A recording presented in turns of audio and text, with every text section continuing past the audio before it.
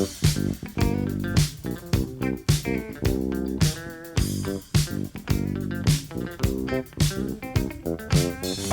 cookies. I love cookies. I love cookies. I love cookies. Welcome to Cookies, the most influential basketball podcast. I am Ben Detrick. Jordan Redaelli is on vacation. Woo! Winter break, baby. It's like that Nick Young 3. It's halfway down, but it bounces out. I turned around, I extended my arms in celebration, and he's on an island doing hot dog legs. Andrew Kuo, however, no days off. No years off. Happy New Year's. Happy New Year, man. Is this our first 2020 podcast? It is. It's a new decade, baby. Wow, you've got baby in early, and I did as well. I think we've started off this new decade on a really low note. Yeah, it's true. Apparently someone knows the real name of Baby Yoda, but we've known forever. It's Frank Smokes. I respect that. Yeah. 2020. How's it feel so far? Feels really, really good. What a terrible week, man. I mean, welcome to 2020. Yeah. It's like last year, but worse. Yeah. Year 2, more years. And by worse, I'm referring, of course, to you starting this year saying that you will not eat any more carbs and immediately going carb on carb. I went full carb on carb.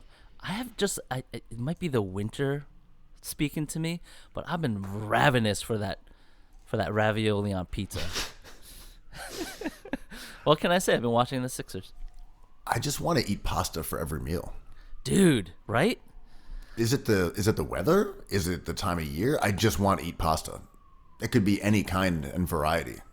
Let's just admit that pasta is delicious, and even a poorly constructed homemade bowl of pasta is awesome. Have you ever made your own pasta specifically? I don't mean a pasta dish, of course you have, but your own actual pasta. I have with a friend once, but she kind of took the lead on it, and I was just a cheerleader. It was awesome, but it was grainy. I think we used the wrong flour. I'm realizing now that there's a million kinds of flour. I'm not a baker or anything, so I don't know this stuff. It's supposed to be what, like a special fine semolina flour, correct? Mm-hmm. Maybe we used the wrong one, but it was awesome. She made the dough, let it rest for a few hours, and then we had the pasta machine and cranked it out and mixed it with a bunch of beautiful tomatoes. But it was not that good, you're saying? It was delicious, but it was something that we started taking notes and being like, well, we could have changed this, we could have changed that, But this was maybe 15 years ago, so yeah, no, I don't really do that. I have never tried it, and my understanding is that it does require a fairly specific grade of flour. That could be wrong, but that is just my understanding of it. The difficulty level seems reasonably high. I know people cheat with ravioli and use Asian wontons. Don't laugh at me. And I've done that. This is not the same. You got to have that eggy flour pasta. There are certain things in which the effort required, the inherent labor in accomplishing them, may not be a good trade-off for what you get. This is not to say that fresh pasta is one of those things, but it might be, because you can go and get a box of rosini or whatever, and it's going to get the job done, and it'll be in all these nice, interesting little shapes, and you can pick them, and you can opt for them. Okay, I want the little trumpets, or the ones that look like nooses. I want ziti's, strawberry kiwis. But whatever, you can do all those things versus the labor of doing it yourself. But maybe I'm wrong. Maybe fresh pasta at home is worth doing. Maybe this is the same argument that says, well, why make anything at home instead of just ordering it on Seamless, like someone who indulges in the middleman economy? Right. And I mean, cooking is a fool's errand, but I love it. I love chopping onions. I love chopping garlic, peeling garlic. But That's what I'm saying. Like, am I making an anti-pasta argument that I don't even believe? Probably. Maybe. It might be like absolutely worth it because it's about the therapeutic element of rolling out the dough and cutting it in thin strips or weaving it through a pasta making apparatus. Yeah, it's like having an Instagram account with no followers and just posting on it. It's like meditative, man. I can't sit down and like meditate actually, so I do all these small things in my day to calm myself down. And posting to a ghost account is one of my favorite things to do. Cooking is one of them. I think dried pasta is as good as fresh pasta sometimes. Even this like Barilla, I know you can't buy Barilla anymore because of reasons, but that stuff is as good as some fresh pastas I buy.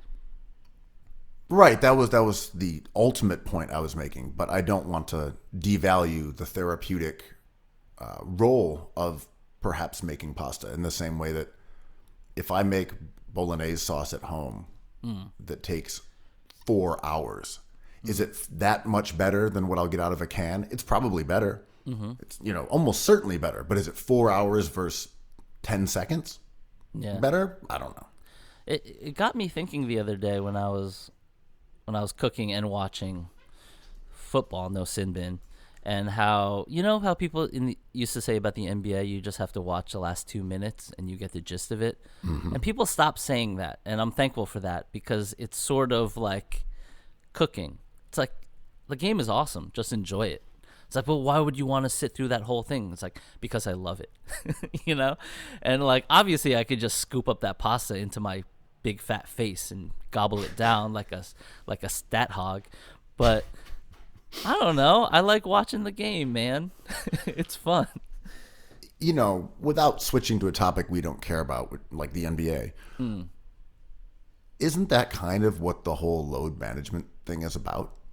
That we're being told by teams that regular season games are not as important as late season games. So we're going to sit these guys during contests that you're watching on TV, that you're expected to care about, and it's sort of letting us see behind the curtain. It's like destroying the illusion that these games are meaningful.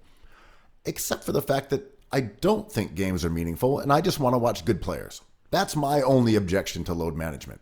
I don't care about the fragile conceit of an NBA game meaning anything, or that I should care about the outcome of one individual regular season game. But I do want to watch Kawhi Leonard play. Because I like watching basketball, and I like watching guys who are good at basketball play the sport. I do in theory, but I kind of love all those things, the same things you do, except for the watching good guys play the sport. Because I love watching the prospect like Sekou Demuya, like get some minutes. That's joyful. Like let Tyler Herro run this team for 2 games. I'm like, huge Isaac fun. Bonga energy. I mean, you put Isaac Bonga on the court, and I'm watching it, man. D'Anthony Melton, let's go. But I don't want my opinion to be construed as outrage for load management. Right. I get it. I mostly am agreeing with you in saying that I want to watch basketball because I like the sport. It's not that I need to be vested in the outcome. Can I ask you, like, I want to say I like to watch basketball because I love the sport. I kind of want to watch the NBA because I love the NBA. Like, college is tough sometimes, man. Like, watching Michigan State play Michigan isn't very enticing to me. I'll watch it. Like, do you enjoy that 2 hours? I don't watch college sports. That said, if I'm walking down the street and I see people playing behind a chain link fence, I'll stop and watch for like 20 minutes. Oh my God. It annoys everybody I'm with when I'm walking by the Christie Street courts. I'm like, can we just sit down and watch a little bit? I'm like, there's one guy on the court that's really good. I just want to see him play.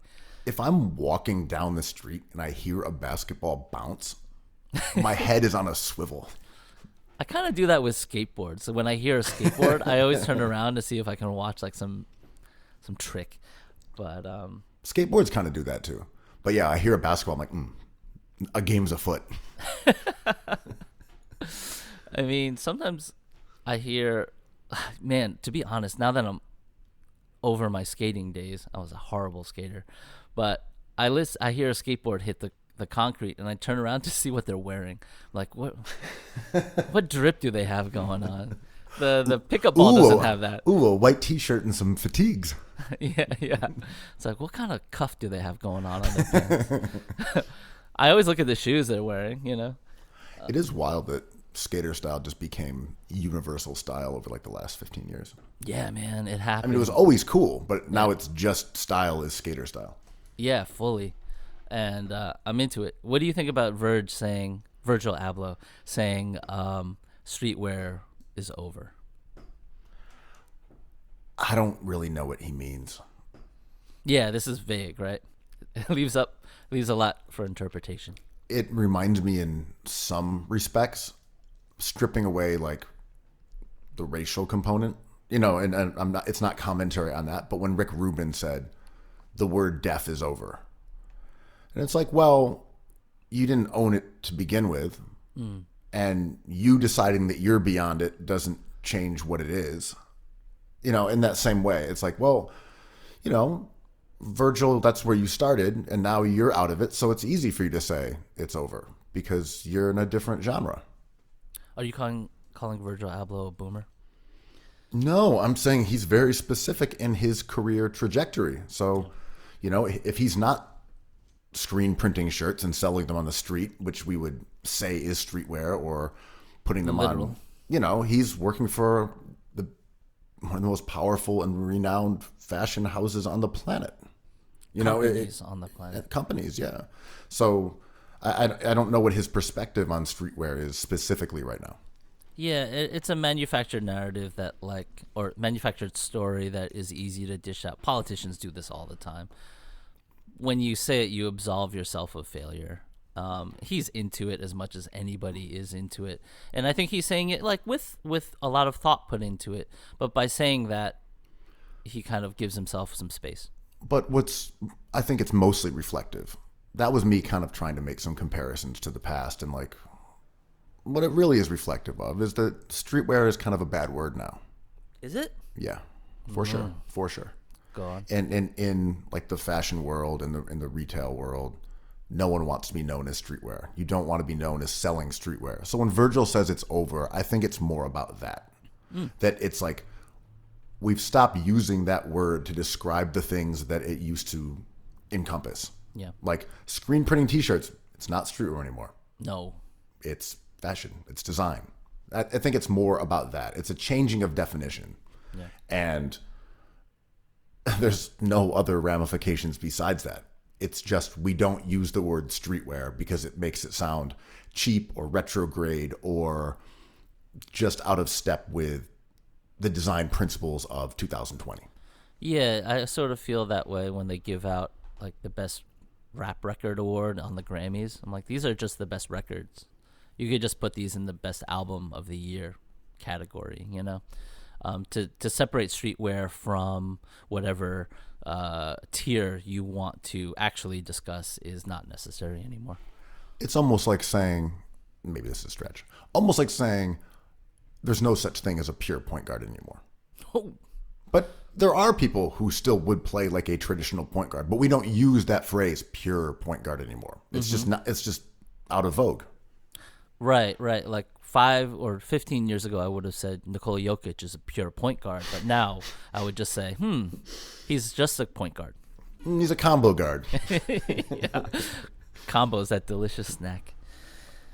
Boomer snack. Combos are a good snack.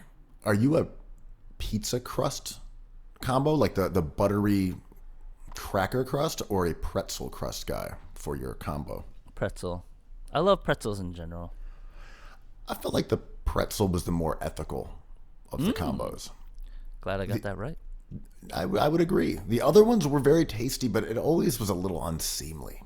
The pretzel, that's a man's combo. Okay, this is a you know, question I had for you. That hard crust, the salt that you got to bite through. It was like eating hardtack. You felt like you were in the Civil War.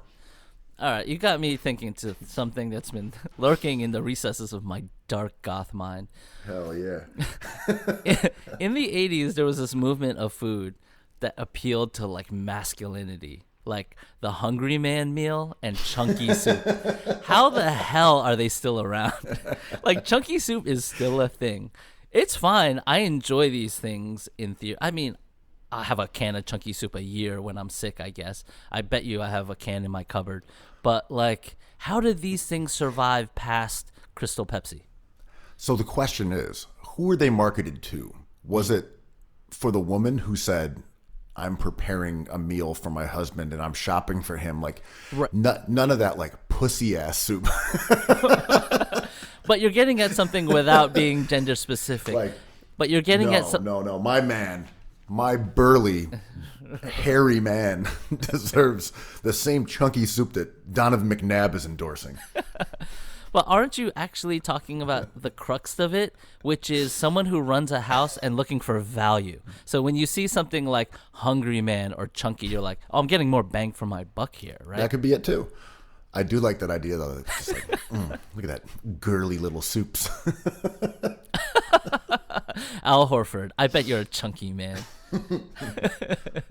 What would a large lad enjoy in his dish for supper? A hungry man. Well, it's like that NFL. It's the NFL is the chunky soup sponsor or brand, right? It definitely was. Still is. No, not Des Bryant. Jesus, I'm old. The quarterback for the Cowboys, and I'm forgetting his name. But can I talk to you about Tony Romo for a second? Hold on. Let's just finish this soup dilemma. All right. So I'm trying to figure out is it value? Is it this to a soup appeal? conundrum? It is. Is it an attempt to appeal to a woman who is perhaps shopping, or is it for like The Bachelor? Is it for the divorced dad who's like, yeah, it's time for a hungry man? That's me. I think it's both, because I don't think any human looks at value and says, nah, I want the watered down version of this. It's just a marketing thing, and this is like a bigger portion. For example, I bought air dried ramen last week in a package, and it was like 25% less calories, 75%, it's like healthier. I opened up the package and there's just less food in it. Sure, they have like new technology that air dries the thing, but it's the reverse of the Hungry Man ethos, which I think is interesting. I think the food that best exemplifies the hungry man ethos is the pot pie. Oh, man. My childhood. I love that. I used to love a good pot pie. Yeah, man. Made me feel like an iron worker. Did you eat the Hungry Man size? Hell yes. You just wanted it more, man. Dude, pot pie is very slept on item. I will always order a delicious pot pie from a restaurant. If they're like, yeah, we made pot pies today, I'm like, ooh, yes, please. My childhood, man. Don't mess with my childhood. Do not fuck with Kuo's nostalgia. His whist is not something to be taken lightly. So you just mentioned Tony Romo, who is a former quarterback for the Dallas Cowboys and one that you were able to name. Dak Prescott. I'm sorry. So I do not follow football or watch it or understand what's happening in the current climate, but Tony Romo, from my understanding, is a football genius. He's incredible. So he called a game this weekend. I mean, he's been doing this ever since he retired early-ish and went right into the booth. He's charismatic, but he's also, we always talk about NBA genius on this show, and he veers, from all we can tell, he veers on NFL genius or just like a thinking genius. It's misleading because he's a very dashing, charming man. And he has a tone that is very conversational, but when he calls a game, not only does he predict what teams are going to do, he kind of reads their minds and dictates intent and desire, like what a coach wants to do and what the coach's options are and what the team is hoping for in real time. Aside from just calling like they're going to cheat right, it's going to be a sweep left, this is the time they're going to throw a 15-yard pass. He just calls it all as if he was running the team as a player coach. And it, to the opposite end, this weekend also Booger McFarland No Sinbin is also calling NFL games, and he's horrendous. Like, he doesn't know the situation on the field. He guesses what people are thinking. He kind of rambles, and he needs to get cut off, which I think is charming in its own right. But if we take this idea and translate it over to a watchable sport, an ethical sport, an ethical sport, an with a ethical salary watchable cap sport, yeah. what does it say about our announcers right now? I don't know. Am I trying to bait you into criticizing Charles Barkley and Shaquille O'Neal? Because I'll do it.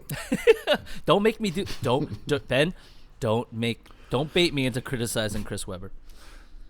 It does bother me that those aforementioned three, who are guys who were phenomenal basketball players, and are put in this position because they were very charismatic and likable during the course of their career, Chemistry's good. stoop to the kind of wanting it moreism that a YouTube commenter could provide.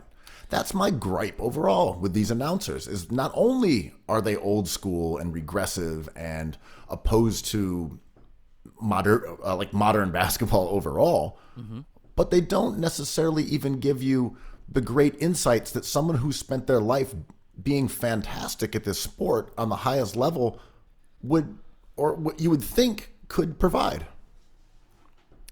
It's a real issue with basketball specifically, and I love the boomer aspect of it. Like, hey, no conversation, no fun.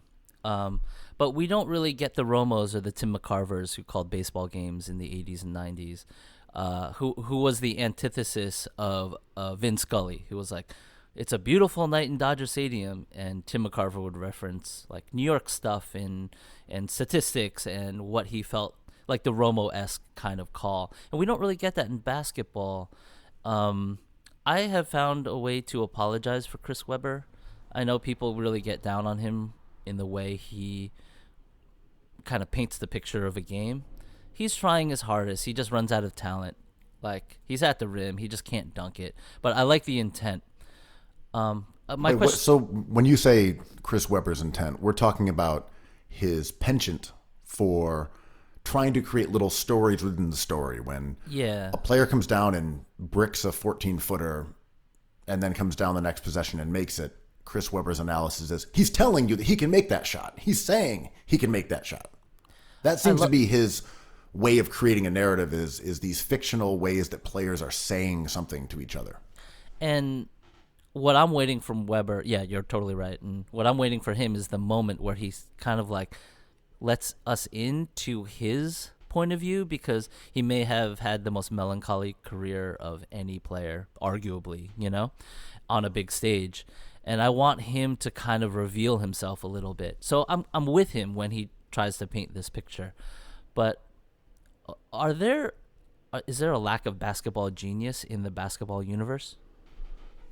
I just think that the skill set of being, one, great at basketball, two, being a basketball genius, and three, being able to explain that basketball genius to other people is Charisma, probably a very small Venn diagram. Oh my God, like four. And Tony people. Romo is like the guy who happens to be able to do that, and he's in football. Like, do I think LeBron James could be a great announcer because he has those three skill sets? Probably, if he dedicated a lot of time to doing it and that was his goal. But I don't know that LeBron James wants to do that. We have certainly heard him describe what he sees on the court in incredibly granular ways, months later, years later, right after the game. Like, he has a almost seemingly photographic memory for plays and what he was thinking and what other guys were doing. He might be that guy. But how many of them are there?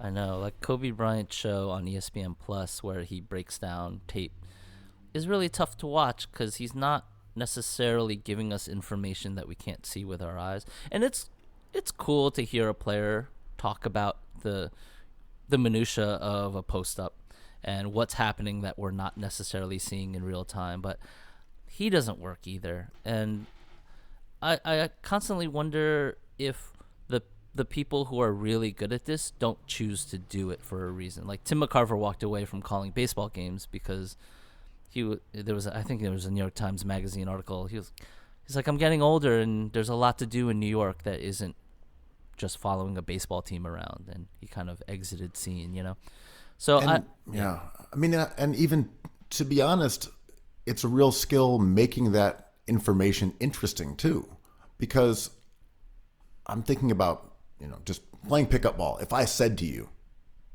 okay, so on this play here, this dude Mario that I play with, he's been shooting well. So I pass him the ball, I quickly run over and make a screen. He comes off it and hits a three.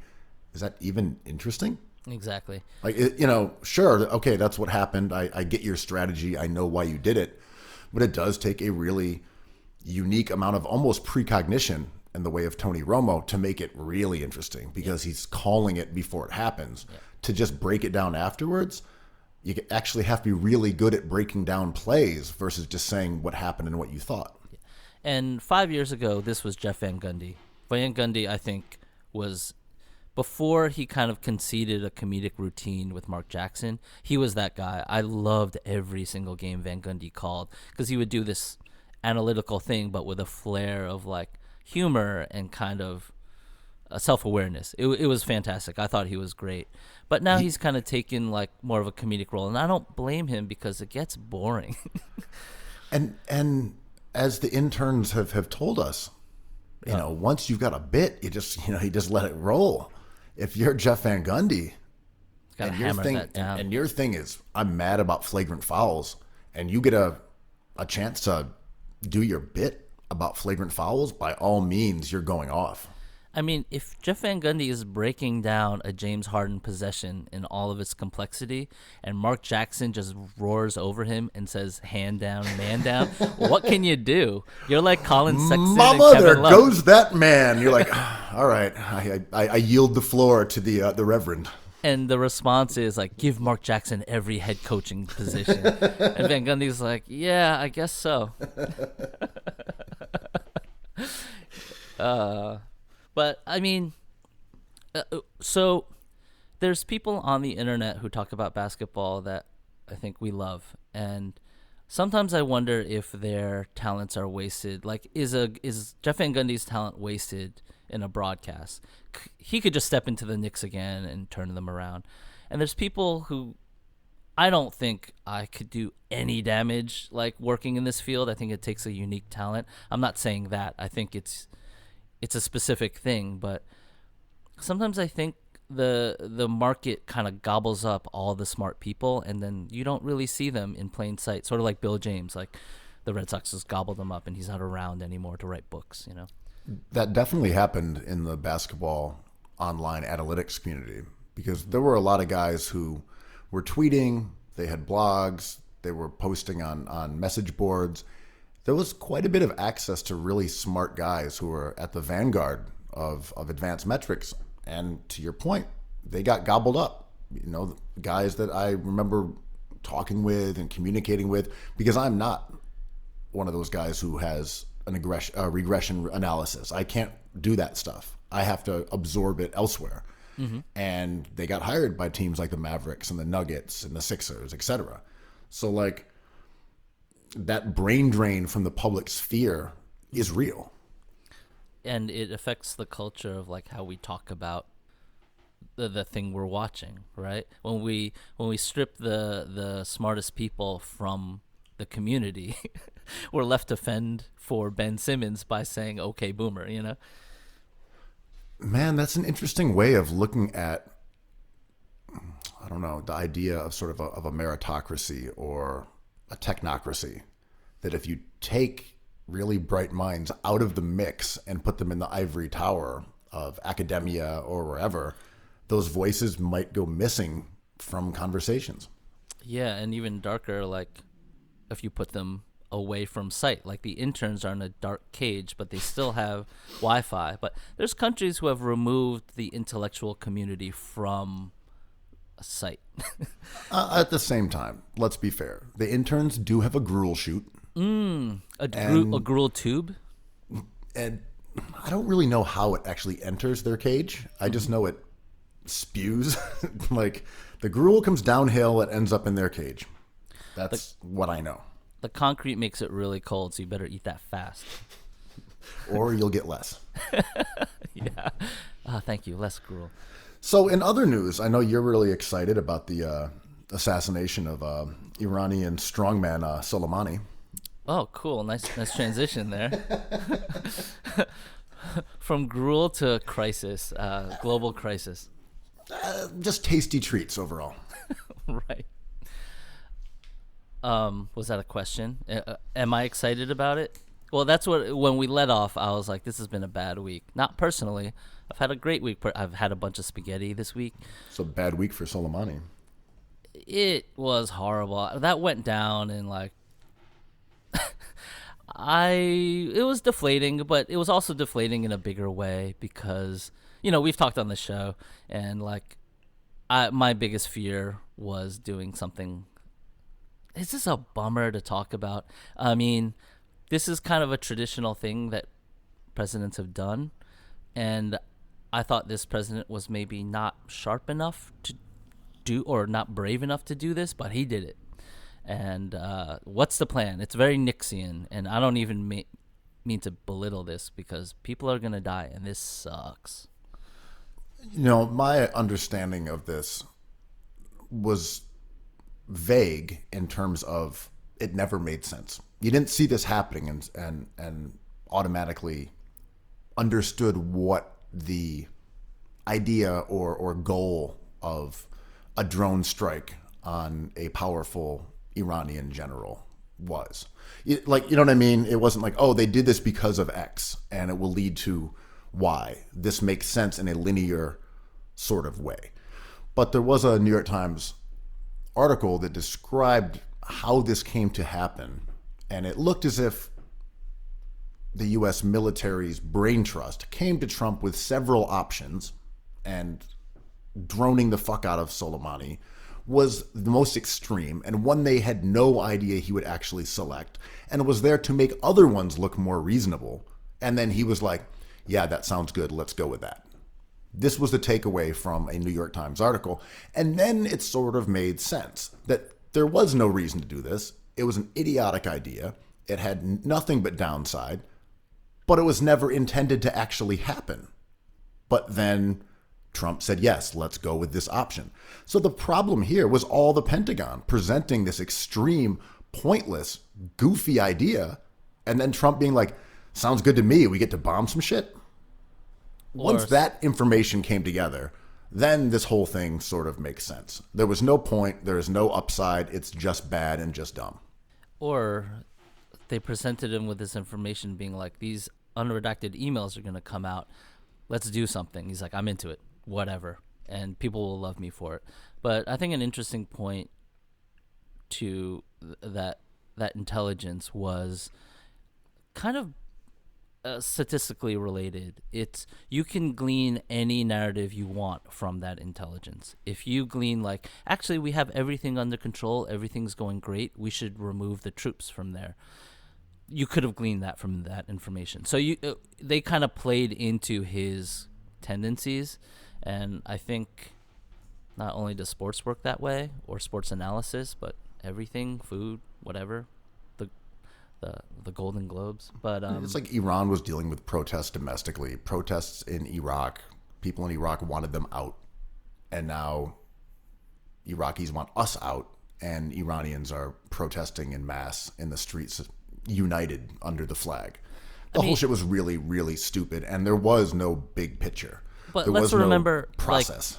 Like, it's not. Yes, what you say is reasonable to frame it that way, but those are complicated countries, and they're also fragmented in how they think their future looks, and it's not as simple as like they're all up in arms. Like it's as complicated, or even more complicated than the U.S. is. No question, absolutely. I'm not trying to minimize or say that their geopolitical issues are as simple as now they are all against us and before it was somewhat different. Yeah. I just mean Iran was not like rocking well. They had their own issues, and this does not hurt them as a nation. Yeah. I mean, where I got very Cookies-esque watching this horrifying thing go down was everyone framing this man as a bad man across the aisle, saying the world is a better place with him gone, and they kept on saying the phrase, he has the blood of hundreds of U.S. lives on his hands, which is horrifying because, like, at the end of the day, we can argue about everything, but, like, death is ultimate, and I think we have to talk in terms of that. But my cookies brain immediately asked, why did he do that? What are we doing there? What did we do? You know, and also, if we're going to talk about a person who's involved in military proxy wars being responsible for the death of Americans, well, then the game is the game. Yes, we're at war. But we're also in his region of the world. Yeah, he's a neighborhood guy. Yeah. He's over there working on their sphere of influence in Syria, in Lebanon, in Iraq. We're not over there. When we put our troops over there, we're putting them in the way of regional ambitions. To say that he's got American blood on his hands, that just ignores the entire dynamic of U.S. imperialism, but also just us being involved in the Middle East. Like, yeah, there are conflicts going on. Yeah. He's not like he's not like a murderer of Americans. He was no threat to us here. Yeah. And I always lose the plot when people say it's like murdering our vice president. I'm like, it's a totally different culture. We should stop doing this. And we should, like, it's awful. I love this country, and, like, I don't like what happened. I don't like warfare, but I'm not going to be naive and say, like, we should end all wars, because wars, like, humans love to fight. Like, dogs love to fight, you know? And conflict is the way we kind of do it. And we've been so lucky in the sense that we haven't had to deal with this, like, in our lives here, you know? And over there seems like a capital O and a capital T, but it just, I don't know. As I watch everything play out, it's just, like, sadder and sadder to me. I'm not even saying, oh, he was a good dude and he should not have been bombed in the theater of war.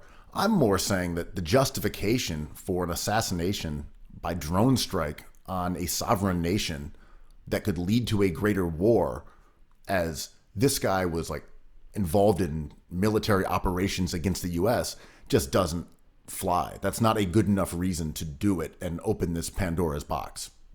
And that's why it was really frustrating for me to see Elizabeth Warren and, you know, Kamala Harris and every Democrat being like, he was responsible for hundreds of deaths of Americans, but, and you're like, well, if you phrase it like that, then how can you even be opposed to the strike? Because what are we arguing then? We're arguing decorum. We're arguing the way that this happened. We're arguing, like, the minutia of international law versus a murderer of American troops. Well, then how can we even be opposed to a drone strike if this guy's murdering American troops? Right. Yeah, I agree. And I think what you're saying is, like, sometimes we just argue about language. And we go with language we like, and we argue against language we don't like. But something really big happened. And, like, saying that, framing it in the ways that Warren and Kamala Harris did is their job, and they have to do framed that. it as procedural. Yeah, and it might be for them. But it was something that was not surprising, but, like, deeply disturbing to me. And we're lucky where, like, this is disturbing. I mean, I'm lucky in that this is disturbing to me because people go through a lot of shit, man. And I'm just saying the takeaway for this entire thing from the Democrats should not have led with he was a murderer of Americans with American blood dripping from his American scraping claws, etc. It should have been like, yo, this might put us into a war, and this was an assassination on sovereign land, and this is incredibly reckless and dumb and serves to jeopardize American interest all across the region. Yeah. Like, that's what you lead with, not this guy is the slaughterer of the red, white, and blue. Yeah. I don't know if the news or even sports media or any media has ever been that transparent, though. I mean, if you are, you're, like, cleaning the glass, and there's a paywall, and you can't really get the good stuff because it doesn't benefit anyone from taking that stance, because you just get hammered by people who just want to hammer something. And the media loves the drums of war. It does, and industry does, and the stock market was into it too. But it got me thinking in another way, maybe in a technological or like a futurist way. It's like, and I am not educated in the geopolicies of oil trade. But, Go off. but some scientists for decades have been telling us that solar is there, right? Renewable energy is in place. We just have to change policy, and we're ready for you. And it got me thinking about this article I read about Obama had paid maybe $1 billion for this solar station in Nevada to kind of generate renewable energy locally. And the technology, whatever, we get how that didn't work later. But my casual, uneducated thought was, what if we devalued the thing we're all fighting for? Oil, right? Like, if the technology is there for wind and solar, can we chip away at the power of oil so we can kind of de-escalate moving forward? Sure. Conceivably, right? Mm-hmm. But that would mean the Knicks would be a smarter team. And that's a big ask, right, for James Dolan to adopt a modern point of view. It's a big ask to ask Sixers fans to accept Ben Simmons as their rightful god, right? I think it's an easy ask, but so this brings up an article that you brought to my attention, which was about the Crescent Dunes solar plant, and it's 10,000 meters, and it's out in the desert in Nevada.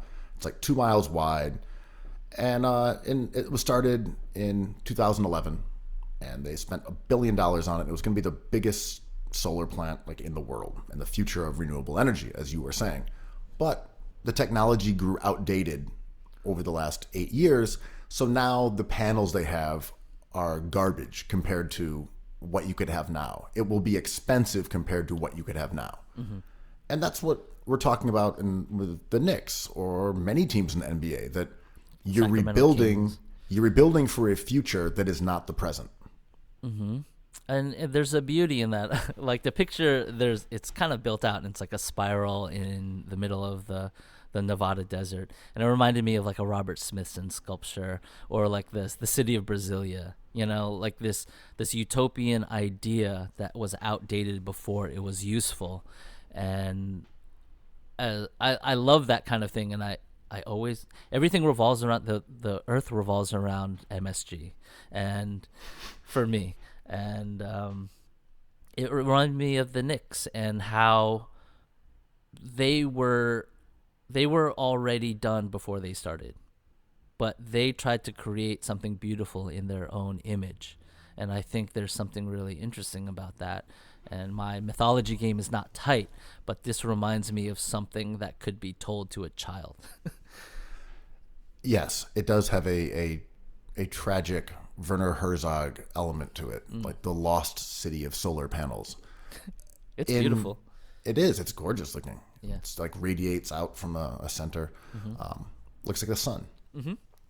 This makes me think of the Chicago Bulls with the drafting of Markkanen, where you looked at Markkanen and you're like, this is the future of the power forward position.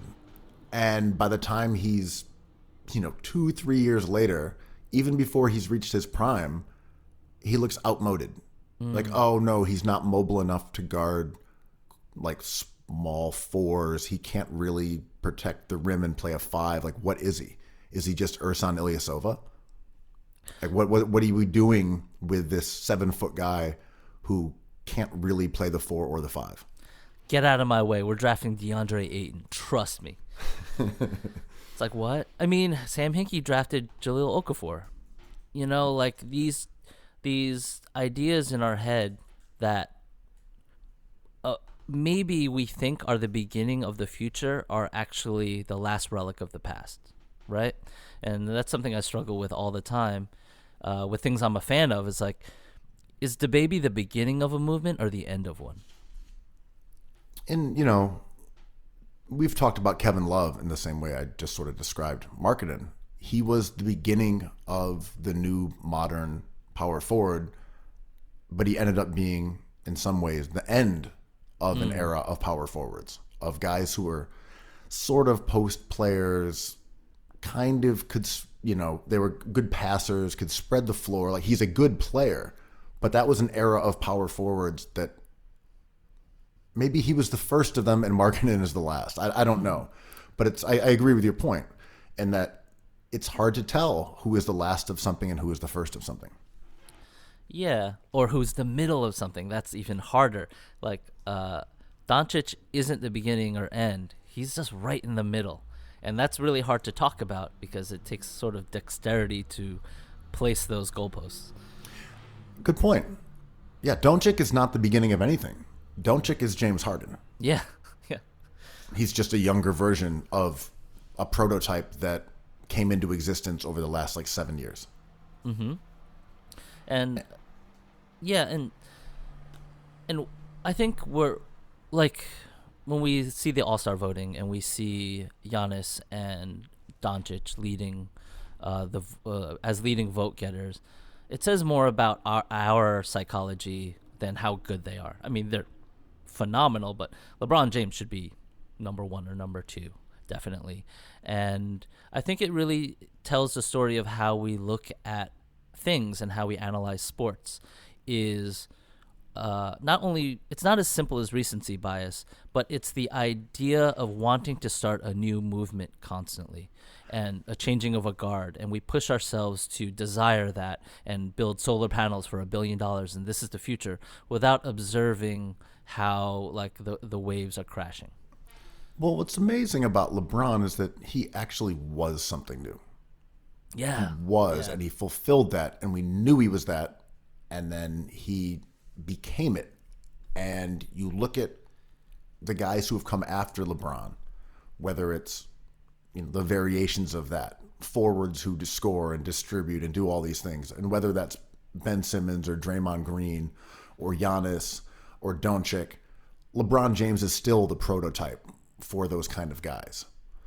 And I don't know how many other dudes we can say, like Dirk, we can give him credit, like prototype. Is he that different from Sam Perkins? I don't know. Mm-hmm. But Dirk deserves credit for that.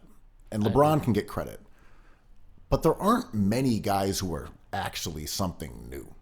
Mm-hmm. Yeah. And I was thinking back about players from the past. And one guy that always strikes me as something new that we didn't really know what to do with was Andrei Kirilenko, who played for the Utah Jazz. That dude was something new, and he never got used the right way. He was a small forward who led the NBA in shot blocking, was top 20 in steals, had a true shooting percentage of 60%, and was an adequate shooter. He was like Bam, except he could shoot a bit and was a small forward. Kirilenko was something new that no one knew what to do with. I love Kirilenko so much. Not to get into nerd stuff, but I think he was well respected in analytical. He was a top 10 player for a good bit of his run in Utah. And you're right. He was beloved in fantasy basketball. He was, yeah, you took him really early.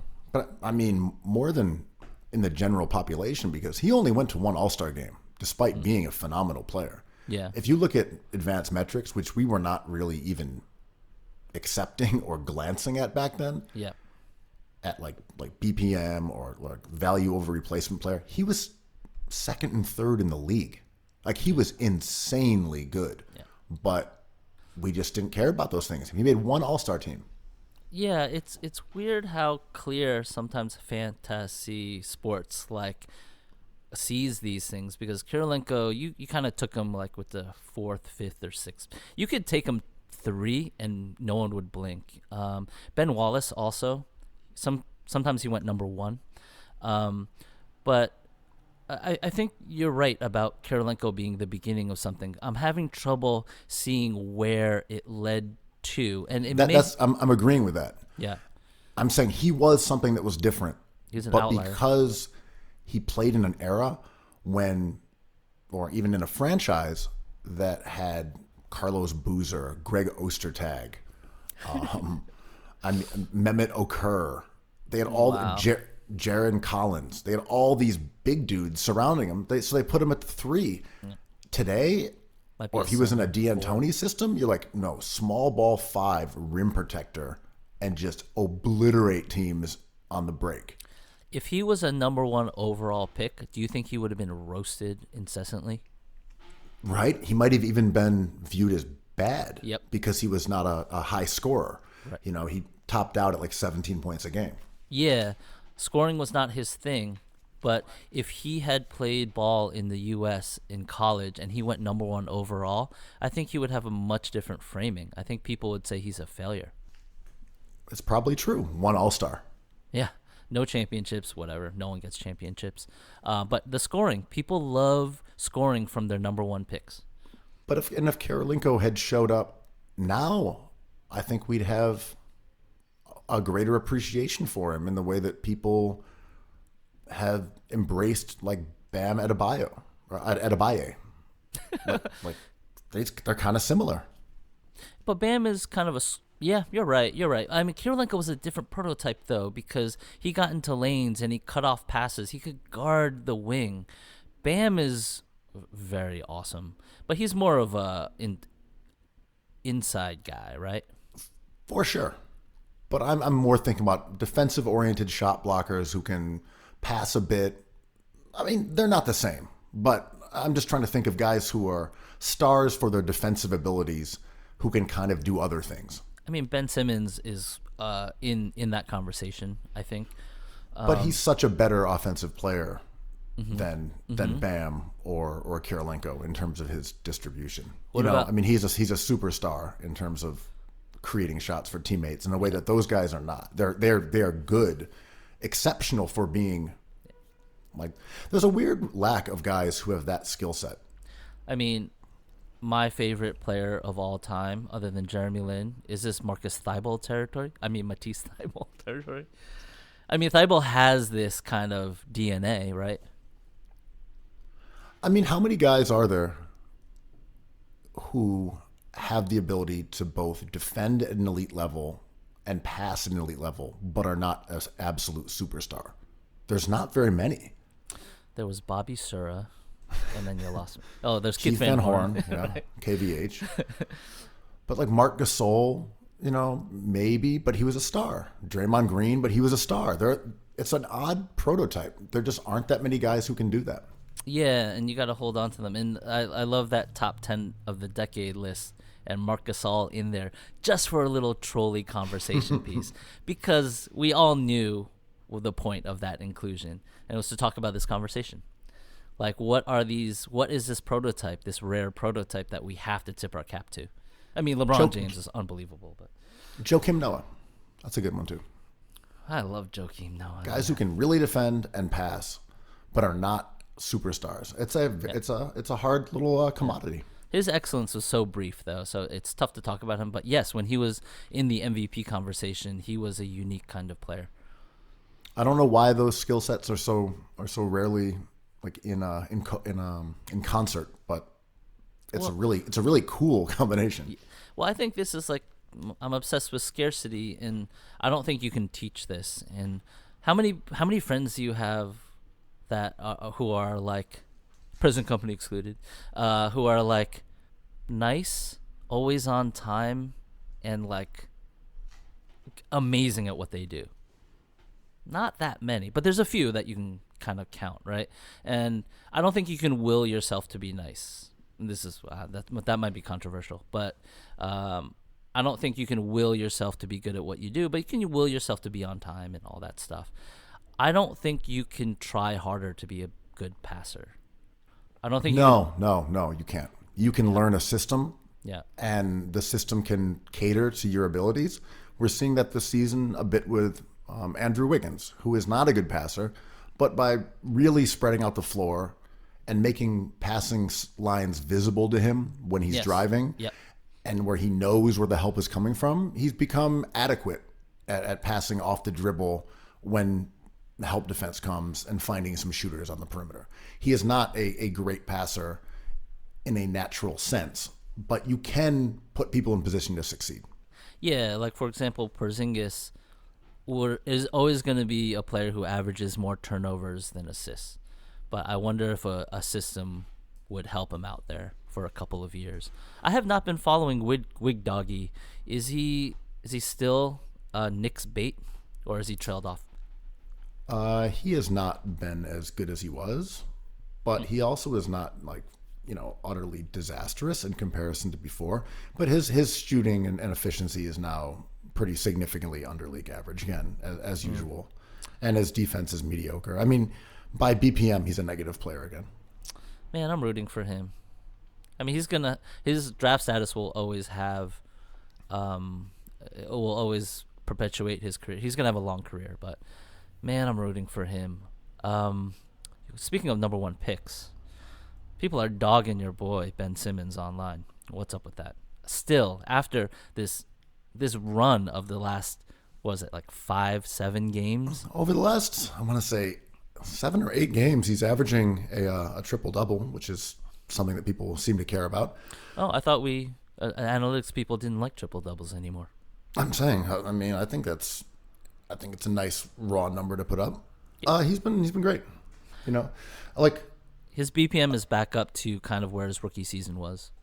I mean, the thing is, it's pretty obvious that the Sixers have put him in a position to fail in the same way they put Joel Embiid often in a position to fail, by stacking the court with sort of redundant players who don't hunt three-pointers, who can't attack closeouts, who can't get out on the break. And I think the irony of this eternal war that the media likes to present between the stylistic play of Simmons and the stylistic play of Embiid is that they would both benefit from the exact same surrounding personnel, which is guys who can dribble and pass and run. And that's what's annoying, is that it's presented as, well, do you build a team around Embiid? Of what? Right. Dudes who just stand around him and take threes? That's what the Sixers do. They put that around him and the offense blows, because that's not a real NBA offense. Force feeding the post like a fucking duck with a tube doesn't work in 2020. We just had a good Rick Carlisle rant about the value of posting up. It doesn't work well. It's easy to double team. They're not great possessions. And Embiid is not that efficient when he can't get to the foul line. So, like, even this idea of building around Embiid as a post threat is not a valid idea. It just is not. That's not an NBA offense. You will be terrible offensively if you put shooters around him and then just run him into the post. It doesn't work. And the Sixers barely even do it, except for when Simmons is off the court. Anyway, the point is they would both benefit from having 2 guards on the floor and a wingman who can handle the ball. And like last year, they had a closer semblance to that with Jimmy Butler and a guy who hunted threes in Redick, and they had one of the best offenses in the history of the NBA.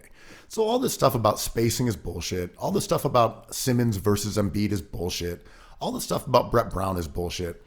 But let me say this about Brett Brown, who I always defend. Always.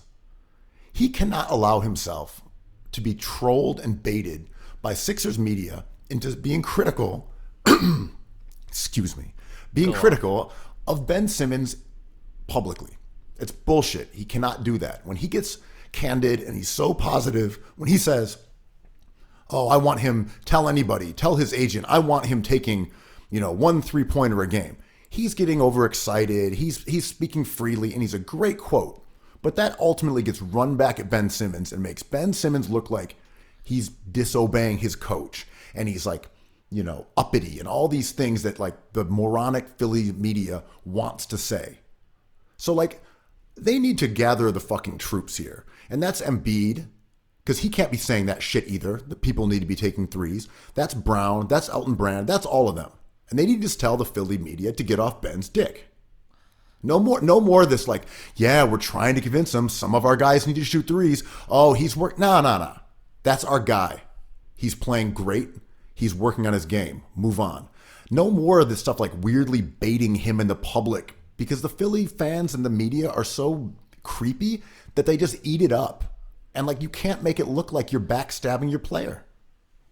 To Ben Simmons' credit, during all this throughout all this noise, he's pretty steadfast, man. He's like, I'm still not shooting them. No, he shouldn't. He shouldn't. That's the ridiculousness of this entire conversation. Yeah. We just watched Giannis, who has been praised for 2 years straight for bricking threes, get ignored cartoonishly by the Sixers defense. They walked away as he threw up Scud missiles. And now we're like, yeah, Simmons is he's got to take those threes. No, he doesn't. It's just bullshit. The Sixers spacing is fine. Like, it's just a non-issue. I don't know why they're so obsessed with it. And this is the only reason that we end up talking about it on the show all the time, is because they are psychos. They are fucking psychos. I don't get it. Like, the dude averages a triple-double, and they're like, yeah, but what about the threes? What about them? Right. It's not like anyone's saying, like, Steve Adams, why won't you shoot threes every single game? I don't know. I honestly have given up trying to understand it because it doesn't make sense. Yeah, it just falls along the lines of like the 30% of the population that will vote definitely one way or not. I mean, Ben Simmons will always be the issue for someone who just decides he is. But I think that's what it is that in many cases, people just won't change their mind and say, I was wrong. I've read the numbers. It appears that they had one of the best offenses of all time last year, despite the fact that Ben Simmons didn't take a three. Therefore, I should reevaluate my belief system saying that he should shoot threes because it clearly isn't true. And when I look at the Sixers shooting this season, I can see they don't need to shoot better. They need to shoot more. And he creates more threes than anyone in the NBA for his teammates. With this new knowledge, I am comfortable saying he doesn't need to shoot threes, despite the fact that I've been saying the opposite for 3 years. Right. That just doesn't happen. Right. I mean,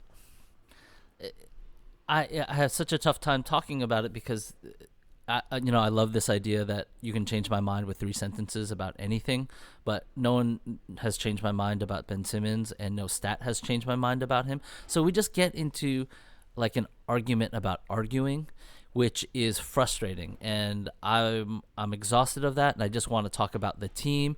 And I'm still holding down that this team is very, very good, and everything they've done has been what we expected. But there should be a move that in this month they're looking. The season hinges on a decision your large lad GM is going to make, and we can talk about it afterwards. But Ben Simmons being excellent and this team losing games is not a correlation. Simmons is the Sixers' best offensive player by echelons. It's not even close. Like, it's a joke. It's not close. He is the only guy who makes that team work. They have such a low basketball IQ as a team. They have such low shot creation. They are so bad at passing. The only other guy on that team who can see the floor and pass the ball is Al Horford, who is a 33-year-old center. And he's hurt. Sometimes I can really relate to Furkan Korkmaz because I feel like how he looks on defense for most of my day, which is like, I'm gonna crush my day. Oh, something happens. What about this? Oh, I'm on the wrong path. I'm on the ground. I'm looking at a shot go up. Like, that's how I feel most of my life. I mean, you see Tobias Harris make a couple 3-pointers last game. People are like, Harris is killing it. It's like, dude, they were all just set up by assists. He's just got to catch the ball and shoot it. Like, anyone can do that. I don't mean, excuse me. I don't mean that it's an easy task, but anyone can do that offensively. They can go to a spot, catch the ball, and shoot an open 3. Is Tobias Harris a popular kid? Does he play ball like a popular kid? I can't tell because he seems fairly reserved, but he might be a prom king. Like, my job is to get buckets and your job is to get out of my way? He might be that guy. He seems humble, but is he the popular kid? Is he the homecoming king? Right. Like, when you see Michael Porter Jr. step on the court with all of his gusto, you're just like, you always had something to do on Friday night. He is a prom king. Yeah. He's never been in the Dragon's Lair. He never rolled an 8-sided die. Now, here's a question. When one of the Bogdanoviches scores 35 points, 0 assists, 0 rebounds, 0 blocks, 0 steals. Oh, Tatum-esque. Is he, very Tatum-y, is he a prom king or is he a gym rat? No. Is he only there because he can shoot and has no other skills? Or is he the popular kid who got buckets? I think you vote him as most likely to succeed. And you take a picture of him next to something like a statue on campus. And I think even though he may not be the starting quarterback, the gym rat, I think he is the homecoming king. Hey, man, we're Zoomers, like no I'm not saying assignments nothing wrong with whatever gender he wants. I just like that you called him the homecoming queen, which is funnier. I don't see gender, Ben. You don't see height. I don't see height. I don't see the difference between the Bogdanovi. So who else is a homecoming king or queen, whatever we want? Like, they don't have to be binary. Melo is a homecoming king. I mean, how can you be mad at him? 30 points. Like, he is 35% shooting. He is the coolest. He has the most headwear. I mean, when you're like a hip hop fan and you're kind of overweight and you have like Kevin Love's vibe and you're playing with a homecoming king like Colin Sexton, how long do you put up with it before you boil over? You lost all that weight to be the handsome guy, and there you are losing the homecoming king title to Colin Sexton. You're out there on the court with Colin Sexton, who is the homecoming king. Yeah. You think you're teammates. You think you're in this together. And then all of a sudden, a bucket of pig's blood comes dumping from the ceiling, and Kevin Love is now covered in swine fluids on the court. And of course, he freaks out. What do you think? He's not going to freak out. He freaked out. Yeah, and even though you look like a homecoming king, sometimes you're a backpack rap fan who enjoyed some combos back in the day, pretzel flavored. Kevin Love at heart is a large lad. Oh yeah, he has the soul of a Sixer.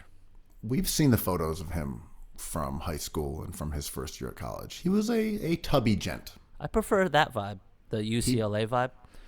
He got his facial hair under control. He got a chiseled jawline. Somehow ankles appeared on his legs. He became a handsome man. Mm-hmm. GQ. Inside that leather jacket. It's a carb on carb. Soul crying to get out. And when Sexton's out there dribbling around, being all cool with it. Clear out. I got that bucket. You know what, man? I am very sympathetic for Kevin Love in that situation. And he was criticized for being fairly demonstrative towards Sexton about, like, Sexton was dribbling out the ball towards the end of a half or quarter, I forget exactly, and was kind of there just screwing around, 30 feet from the hoop. And Love kind of ran over, yelled at him, took the ball, made an angry bounce pass elsewhere. The Chetty Osman for the brick. That ended up, maybe he got fouled. I don't know. But people were critical of Love because he was so over the top annoyed on the court. I gotta say, man, sometimes when I go to the YMCA. Oh my God. My God. And I play with teenagers. Oh man, you are so old. And I'm out there with the teens. I have felt this emotion. Oh, do you act on it? Hell yeah. You do like exactly what he did. You clap your hands, you yell for the ball, you make a bad pass. Like, you do exactly what he did. It's the most understandable thing to do. Because, like, teenagers can't see the court. Right. They're young. They have this weird, like spatial blindness. They can figure out if they want to, get a shot off. They can drive to the basket, but they don't, for the most part, see anything. And when you're there, like, I know, it's not even malicious. I don't think Kevin Love thinks Colin Sexton is a bad guy. I think it's just this frustration with youth. Well, it reminds me of when Devin Booker got double teamed this summer, and he was like, I'm trying to work on my game. When the youth wave you off, like Jeremy Lin-esque, aren't they just working on their game, their highlight reel, and you're just in their way like a Joe Biden? When these kids like Bernie Sanders want to go out there and do some Euro stats. Just working on my Warren, baby. Yeah. Anyway, I thought Kevin Love was totally within his rights to be a frustrated boomer. I mean, that's what makes teams fun. And when the world news went down, I was like kind of more bummed than I thought I would be. So I decided to turn on the TV to watch my old buddy, the NBA, and it was the damn Pistons on TV. Oh, man. come on! And like, all I want from the Pistons is for someone to do what Kevin Love did, because it instantly makes it more interesting, because you have a dynamic, you have someone who actually, I don't care about people who care, but I care about people who have an opinion. And there's some teams that just sleepwalk through the season, like the Pistons and the Blazers. I'm going to be frank with you. I have dutifully avoided watching the Pistons all season. I have not watched a minute of Pistons basketball. And so now I'm just looking at numbers because, I do not watch the games when it comes to the Pistons. Do you even watch the Pistons games, bro? They are 18th in offensive rating, 20th in defensive rating. Purgatory. Their expected record is 15-22. Their actual record is 13-24. Their pace is 19th. Their strength of schedule is 21st. Their player of the decade is Reggie Jackson. There is absolutely nothing about their statistical profile that would make anyone want to watch them play. So it would come down to personalities, right? Mm-hmm. Because they're not good at defense, they're not good at offense, they don't run. There's nothing unique about them in any of those categories. They're not uniquely bad like the Knicks. It's not hilarious. I mean, they're a pretty good 3-point shooting team. That's the only attribute you could say. Your boy Luke Kennard. Yeah, no, they can shoot. They can score okay. At from the floor. That's what they do. Why have you avoided them? And we've talked about this years ago about their identity, and I thought, what if they switched it up and just changed it to a Detroit techno vibe and just embrace that DIY 80s dance scene that originated right where they play, and just like take advantage of that culture? You're saying just turn the Pistons into Team Ghetto Tech.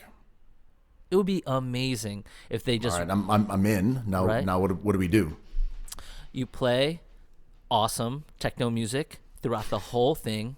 You get the crowd hyped up, and you give Sekou Doumbouya a 40% usage rate. What if? Doumbouya. What if you play the games in the dark with just a strobe? I like that. Certain people would not be allowed to watch, but that could hurt. Maybe they don't want it enough to. I like that. I think you should put baby powder on the floor so people can sham God easier, like they used to do back on the dance floors. I think they should. How can we turn Little Caesars Arena into Berghain? DJs, dueling DJs, nonstop music, no play calling, no scoreboard because this is all about vibe, and no clock because the party goes on forever. I think that's the key, is that they could knock out like maybe 8 games a day. Mm-hmm. And just make it like the whole season in 2 weeks. That's right. Just knock it out. Like it's a make the season a festival versus, a 5-month death slog. Mm-hmm. No timeouts. Right. It's like a blur. It lasts for 3 days, but it feels like an hour. Like one of the Morai comes in. It's like doom, doom, doom, doom, doom. Like cool. Which Morai? No one will ever know. I like this. I think it would make me watch it again. What's funny is I did totally watch a Pistons game this year, and I just forgot that I watched it. I actually have. That's how bland they are. Wait, you watched the Pistons this year? Now that I'm looking at the roster, I was like, oh no, I've watched another Morai. And I was like, hey, I watched the Pistons. I watched them play. Whoa. Yeah, I remember it now. Oh, yeah. Christian Wood was out there on the court. Yeah. What's up with Blake Griffin declare? Oh, we got a lot. All right, Pistons. Is Andre Drummond going to be, what are they saying? Laker? Oh, no, Atlanta Hawk. Atlanta Hawks and the Cavs weirdly popped up today as potential landing spots for Drummond. He's got a really big contract. I don't think they'd be getting much in return. But he's expiring, right? I can check. Maybe you're right. Yeah, he's a free agent. So it's more that the Pistons just don't feel like paying him, and someone else might be trading for him for the right to pay him more. Right. I believe the rumor was Cam Reddish and pieces to help your boy crying Trae Young out there in Atlanta. So he has a player option for next season. He could make $28.7 million, but he'll probably opt out and sign a new long-term contract. So that is the concern. I mean, he's going to make more than that. He will definitely opt out. Yeah. Even if he only makes that amount, he'd rather just get a long-term contract in the books now than not. And he's unrestricted. So yes, he's going to opt out. I don't really know why the Cavs would go after him. That seems strange. Are you just looking for talent? Yeah, Anybody? I think that's what it is. Yeah. Yo, Kobe Altman. I mean, not to go back to Kevin Love, but now that we're talking about the Cavs, Kevin Love was very frustrated with Kobe Altman, their GM, like last week, verbally. And I went and looked at what Kobe Altman has done as GM, and it's not great, man. Like, he turned Kyrie Irving into, I believe, Larry Nance. It was like a disaster. Drafting Colin Sexton was weird.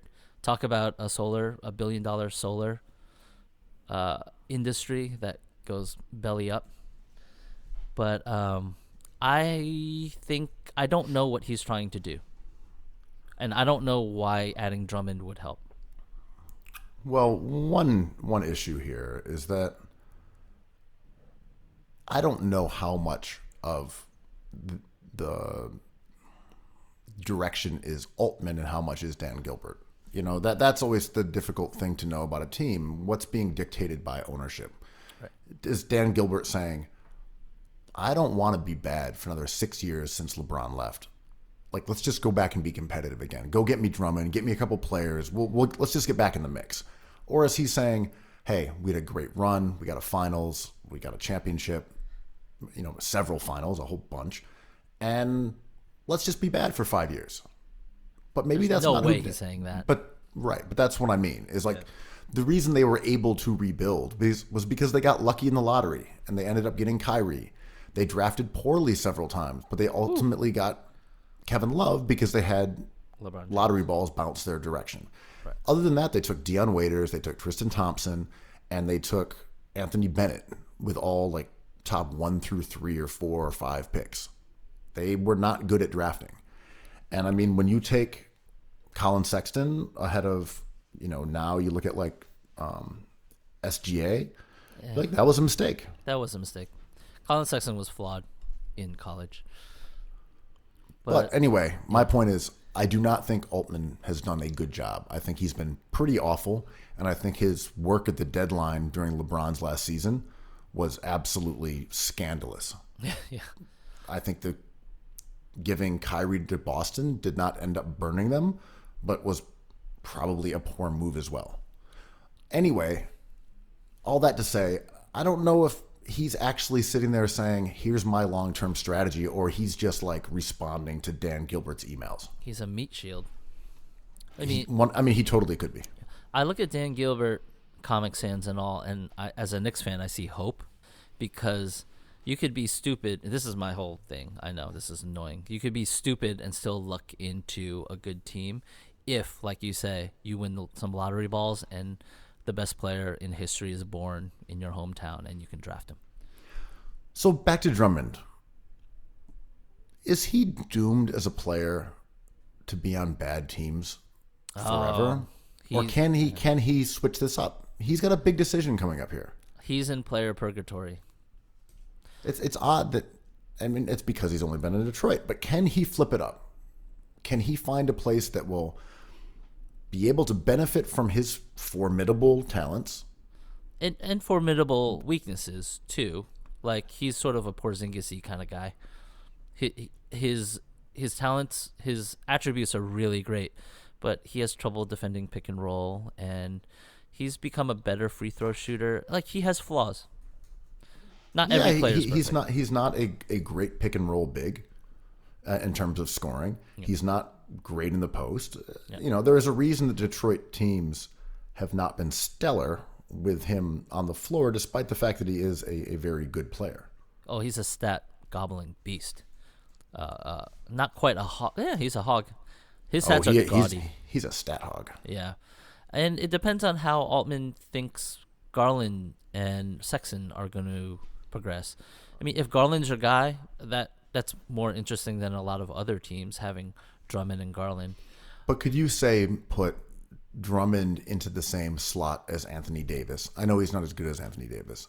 And have him with LeBron and be a very, very good team, because Drummond no longer has to be your best player. Does that work? I think probably does. I think that works. Yeah, I like Andrew Drummond. I think the Clippers don't have money for it, but like Drummond on the Clippers would probably make sense, right? And this is what I mean by player purgatory, because there's not that many options. The money he's looking for is going to be more than his qualifying offer, or his player option, I'm sorry. And the teams that are willing to pay him that money are probably not the teams that are good. And for example, a perfect place for him might be, say, Miami. Just for the sake of argument. Mm-hmm. They don't have really a second star. Bam has been really good, but they don't have a known second star. Mm.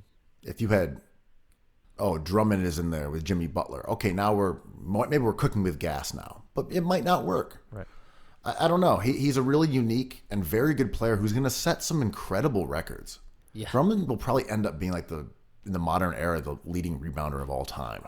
Amazing. I mean, he came into the league so young. I mean, what is he now, like 27 or something? Yeah. It's crazy. But I don't know that he will get in a position to actually end up being on a contender without like a rare set of circumstances occurring. Yeah, and it's tough because these contenders we're talking about, the handful of teams that have a chance this year, moving forward to next year, I don't see him fitting into their. Like, he's not what these smart teams are looking for necessarily. He's who smart GMs draft and build around and then deal, right? So here's the question. Can you envision a team with Trae Young and Drummond and maybe one other good player? John Collins? Kevin Huerter? Maybe John Collins, but maybe someone that you sign, maybe someone on another team, maybe, whatever, anybody. But can those two be two of your best three players and win a title, or come close to winning a title with Drummond and Trae Young as two of your best three players? My answer is maybe. Maybe. It's tough. My brain immediately wants to think that those two guys are such unitaskers that a lot has to go right. In that Trae Young is such God, that play last night where he dribbles through his legs and scoops up the ball for that layup. He is an offensive genius. Like, this dude is Kyrie-esque. But he's a suspect defender, and there's the reason why this team is awful. Drummond is such a good defender and racks down accumulative rebounds. But everything has to go right around him. Huerter has to be a little bit better. John Collins has to stop being roided out and just be. He's such an old school player. He might be a popular kid too, but I think this team has deficiencies, and they're missing a player like Ben Simmons or Draymond Green, but they dealt Amari Spellman, right? So that's kind of my point, though. If these are two of your three, they don't even have to be the best of your two or three. But if these are two of your three stars, and you can get maybe one other guy in that mix who's very good, or is like Draymond Green, or fits a specific skill set that DeAndre you're missing. Hunter's there. I don't know where this person comes from. It's more that it depends on that guy. But maybe that you could have a really excellent trio with one of the best offensive players and one of the best rebounder interior guys in the league. Maybe that's not a bad way to set up for the future in lieu of other options.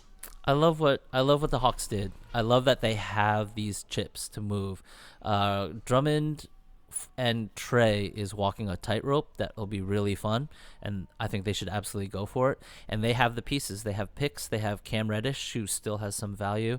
They can even trade away a Herter or DeAndre Hunter and still be okay. I love what they did, and they found a star in Trey Young, and this is working out for them. But that tightrope is really tight. I'm kind of bullish on a Trey Young Drummond combination. Not in that it's going to be great, but that it's a reasonable approach. Mm-hmm. I would not give up much for him. What I would not, give up? Cam Reddish maybe. That's not that much. That's what I'm saying. Yeah. I would give up And a expiring pick, right? contracts. I don't know. Maybe not. Maybe I don't even give him that. Oh You God! know, if I'm just saying, if he's gonna walk and you're one of the few teams who has money to try to pay him, then like maybe you say, fuck it, man, opt out and we'll sign you to a 4-year deal. Mm-hmm. We'll give up nothing. Mm-hmm. Why isn't Atlanta more of a popular location? They have like the best food and music out there. What's up? No idea. I'm sure people have speculated about this before. I don't know why. It always seemed like Atlanta at some point could become like Miami or Houston or Dallas, and it just does not. It's been attributed to the lack of enthusiasm from the fan base, but I don't know if that's actually true or not. Yeah, I don't know what's going on down there because they've always had star talent. They have a cool identity. Their colors are cool. The city's the best. I don't know what's happening. I mean, it's sort of been the center of American culture and definitely black culture for a long time now. Yeah, like no one's bummed to go play in Atlanta. Everyone's looking forward to it. I don't know why it's not a free agent destination. It might be management, but we don't really hear much pushback from that angle. So if Drummond gets traded, it sounds like Blake will almost surely shut down then for the season. But let's talk about Kyrie a little bit, because Blake shutting down for the season because of nagging injuries after a Drummond trade makes a lot of sense. Mm-hmm. If you trade Drummond, then you're just tanking out the year. Blake, get healthy for next year, and we'll talk to you in September. Mm-hmm. What's the story with Kyrie here? Man, I definitely thought they were sitting him just to rest him for next year because this year just doesn't matter. But the news came out that he might actually need to get shoulder surgery, and he has not been taking anti-inflammatories because in typical Kyrie fashion, he values like the future of his non-basketball life as he should, as much as his current basketball life. So he doesn't want to take these injections, which makes sense, and his shoulder's not getting better. So I am worried. And this is the fear going into this summer. As soon as Durant gets injured in the finals, the package of Kyrie and Durant loses a lot of appeal to me. And I think we're seeing why. I mean, it's weird. And this is how things always are, right?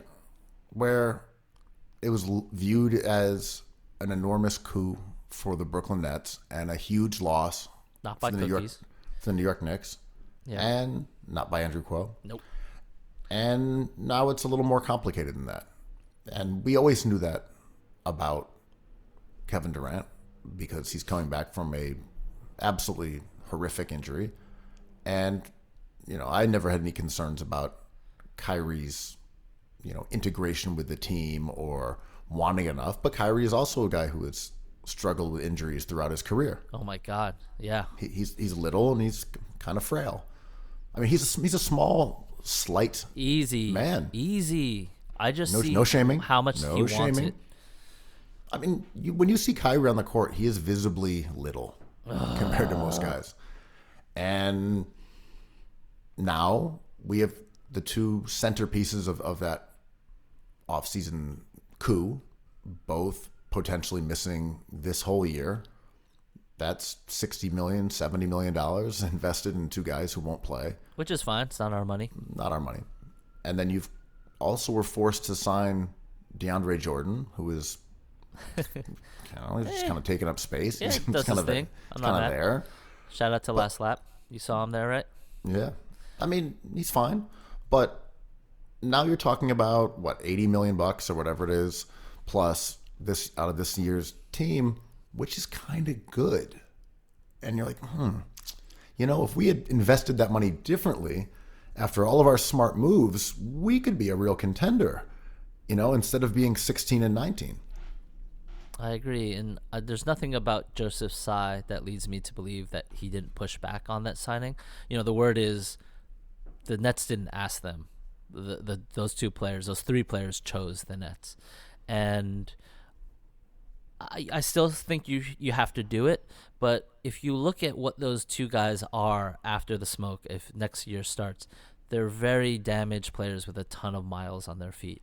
And it's a very Knicksian problem. And it's not Knicksian because these players are actually great, but it's Knicksian in terms of this might be solar panel technology. Not in terms of a basketball philosophy, but like a value in an asset.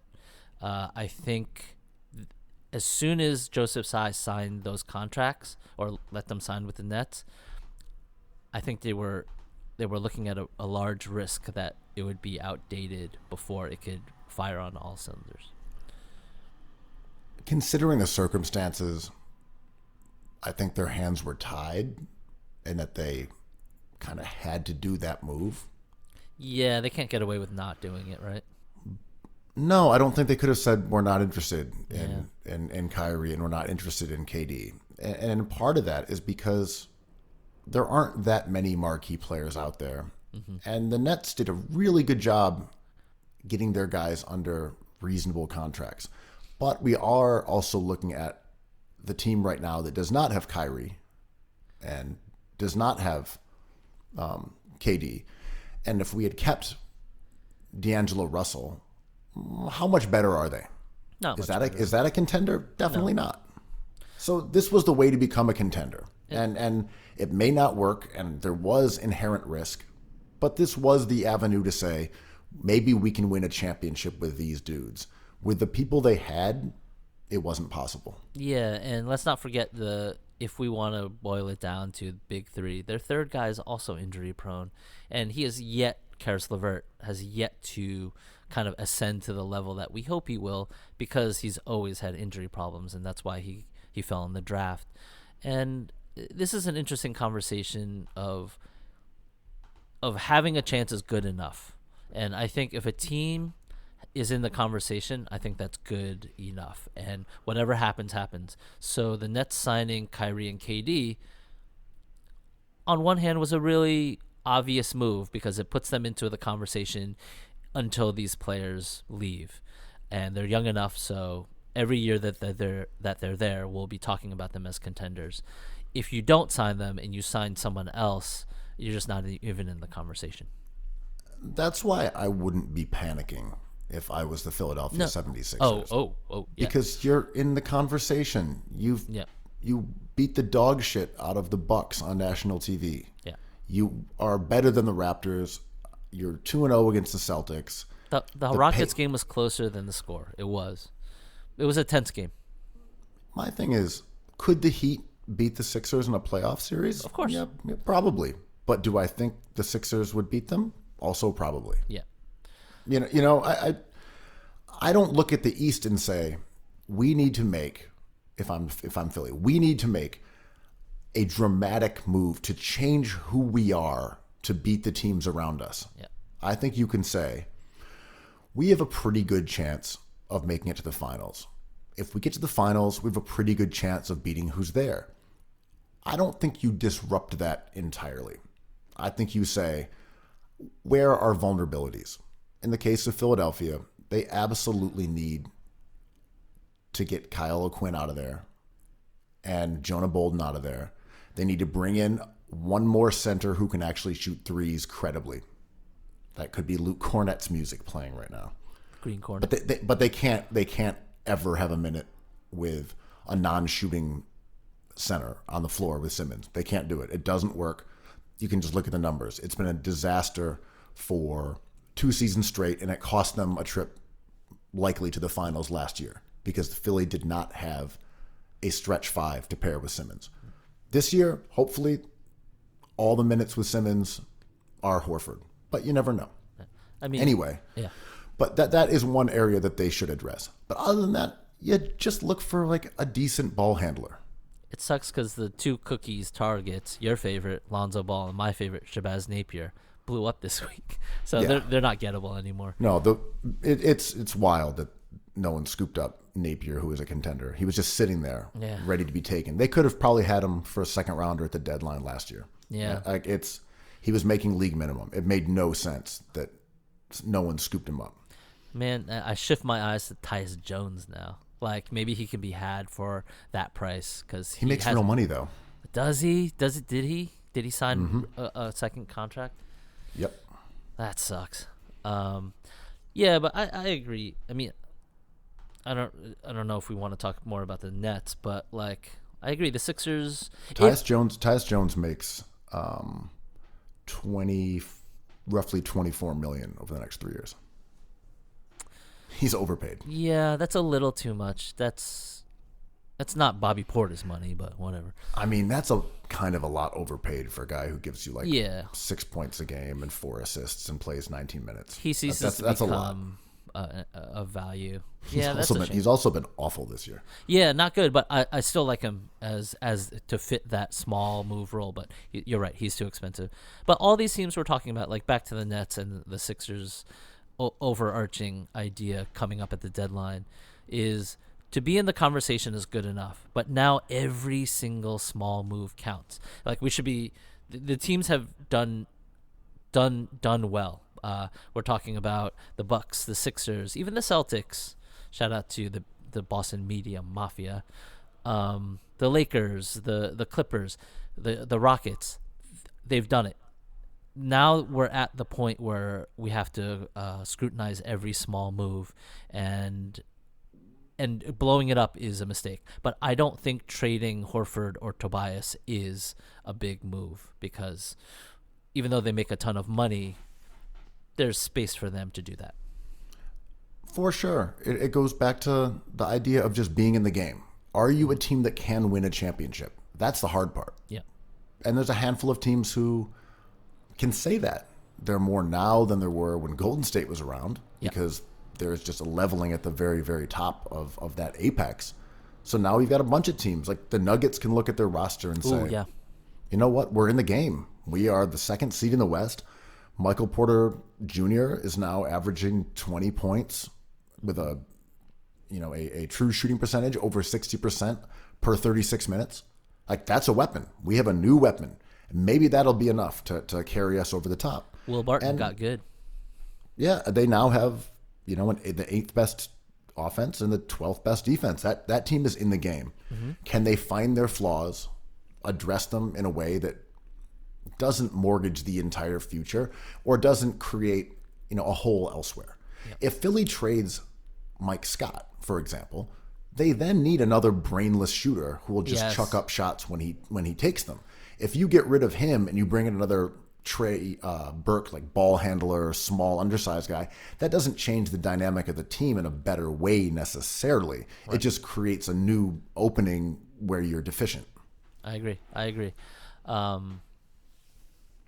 Yep. Yeah. Shooting has to come back to the Sixers in some way. I mean, Lonzo Ball, you just get him for his raw value, and he's been shooting better. But you can't get him now. That window closed.